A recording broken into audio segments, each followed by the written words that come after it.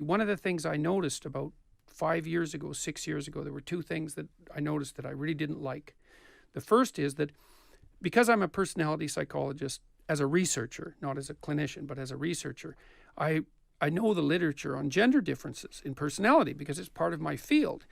And I could tell that I was starting to have some reluctance to deliver the lecture on gender differences. Now, I didn't stop, but I felt that I was treading on thin ice by delivering those lectures. And I thought, oh, that's not good, because I'm like a comedian.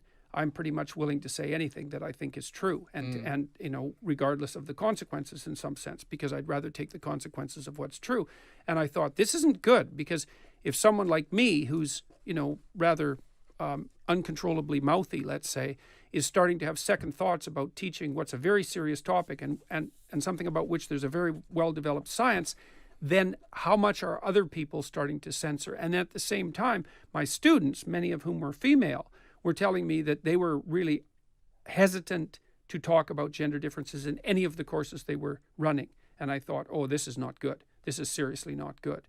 And it's certainly the case that my colleagues censor themselves increasingly on campus with regards to the topics they're willing to discuss. And it's subtle, because imagine in a given lecture, I could discuss any of 10 things, and 3 of them are taboo. Well, I just won't discuss those, and that's a kind of invisible censorship. It's not like I'll get up and say, look, I could have talked to you about gender differences in personality, but I won't because I'm afraid. I'll just pick another topic because there's lots of topics to choose from. And that means there's going to be a bunch of topics that are really important, because actually the issue of sex differences in personality happens to be really important, that people just won't talk about. And the other thing that's so annoying about this is that, especially with regards to sex differences in personality, let's say that you're firmly on the side of women, just for the sake of argument. Well, do you admit to or deny the existence of sex differences in personality? What's better for women? Well, the radical leftists basically say, oh, well, if you talk about sex differences, then you're part of the oppressive patriarchy and you're attributing to women a different kind of temperament in the attempt to continue the suppression. But I could just as easily say, it's like, well, wait a second. Like, if you want to give the individual the greatest degree of freedom, you say, look, you're different from another person. You're different on the basis of a variety of your characteristics, sex being one of them. That's going to have some effect on what sort of choices you want to make in your life. It's like, go ahead and make whatever choices you want, as far as they're a direct expression of your being.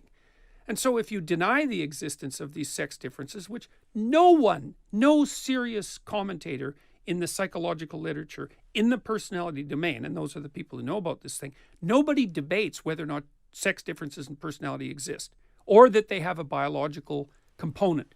And what's also interesting about that is that none of those people are conservatives. There are no conservative psychological researchers to speak of. They're in a tiny minority.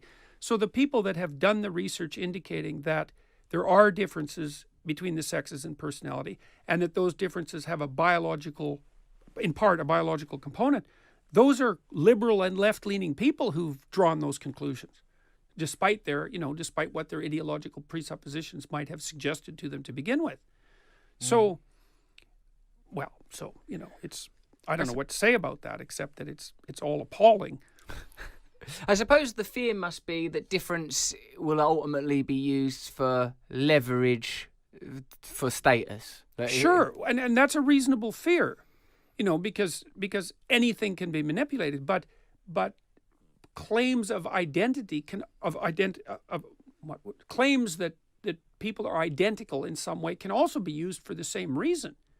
If I insist that everyone is exactly the same on all dimensions, there's just as much of a totalitarian threat lurking in there as there is the threat lurking that we'll use differences as an excuse. Yes. And we're also not having a serious discussion about this. It's like, men are overrepresented at the top of the economic apex. That's true. It's a small minority of men, by the way. It's certainly not men in general, but they're radically overrepresented at the bottom. And believe me, man, like, nobody cares about men who are failures. they are like off the bloody radar. Yeah. So, and there's no sympathy for men who are failures. So men stack up at the top and the bottom. And we don't have a discussion about that. And we don't have a discussion about the fact that women are radically underrepresented in dangerous jobs, although they are, or in trades that require like brutal physical labor. Women are radically underrepresented, or in jobs outside, women are radically underrepresented. So the complaint is always, well, if you look at the top 1%, there are more men than there should be, by pure sex division. It's like, well, yeah, but if you look at the bottom, the reverse is true. So if we're going to have the discussion, I don't really necessarily think we should have that discussion, but if we're going to have the discussion, then we should look across the entire economic spectrum. I wonder how much of this debate is being governed by unconscious forces. I wonder how much of what we're experiencing is a manifestation of a sort of where cartography has not yet been. I think that a lot of it. What are you thinking about? Any particular part of it?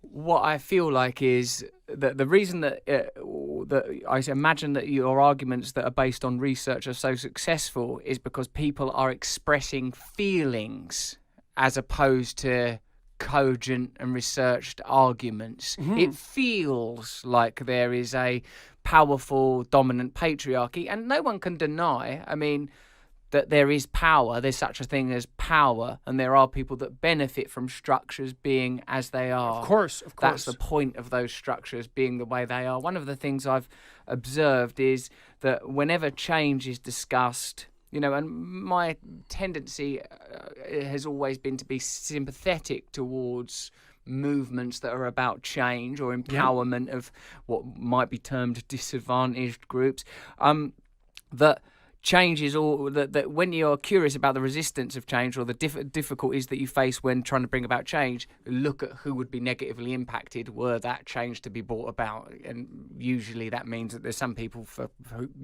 conservatism makes sense to a particular group of people. One of the things I felt when reading a book was that, because I think you're coming from a perspective of psychoanalysis, and it rings the language rings true and the analysis rings true. Where I feel, one question I was keen to bring to you is when you talked about skateboarders in I think it's the last but one chapter, and that spirit of a young people, courage and a willingness to try dangerous things and to push forward. I wonder how that sits with the idea of an earlier passage in the book where you talk about the gratitude that we should feel for, having time to read a book and the ability to read a book, and sort of respect for the establishments and systems that have been set up from which we all benefit. Because when I could find it difficult to dispute your opinion about sort of churlish, what would have been in the lexicon of the day, social justice warriors, and that kind of somewhat rootless, unresearched rage. I identify what you're saying there. People that can't keep their bedrooms tidy, you be careful before you let them organise an economic system. But similarly, where is change going to come from? Who is going to challenge tyranny? Is it going to be? Those are the sorts of twin forces that we have to contend with across the political spectrum. So I could run through something quickly to put the things that you just brought up in perspective. Let's say. Okay, so the first thing is that hierarchies, if you're going to value some things more than others, then hierarchies are inevitable. And you have to value some things more than others, or you don't have anything valuable. Like beauty or strength or something. Or competence, or whatever it happens to be. The ability to play the flute, right? It doesn't matter what it is. High on my list. Well, obviously, if you value music, then you're going to value some musicians more than others because some are better. So you have to value things in order to move forward in life, and you have to value things in order to have something valuable to produce. But if you play out the value in a social landscape, you're going to produce a hierarchy. And the problem with producing a hierarchy is that a small number of people are going to be more successful than the majority, and a very large number of people aren't going to be successful at all at that particular thing. It's inevitable.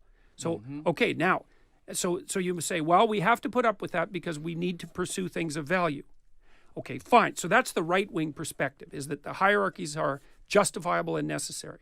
Now, the left-wing perspective is, yeah, but wait a minute. The problem with hierarchies is that people stack up at the bottom and that they tilt towards tyranny across time. And that's also true. And so you need that dialectic in society between the right wing that says, you know, we need the hierarchies and they're useful and you should be grateful for them, and they structure you and give you form and provide value, and the left that says, yeah, but they exclude people and people stack up at the bottom, and that's dangerous to the hierarchy itself, and it means that people might not have opportunity, and you have to say yes to that. The problem comes, and this is the situation we're in right now, where the radical leftists, and this is mostly a problem that really permeates the universities, the radical leftists say, yeah, but all hierarchies are just tyrannical power. It's like, oh no, they're not. Hierarchies are based on competence in a functioning society, and mostly our society functions. So you can't go that far. Now, that doesn't mean that hierarchies don't tilt towards self-interest and tyranny across time, but that's a bad thing. It's even a bad thing from the conservative perspective.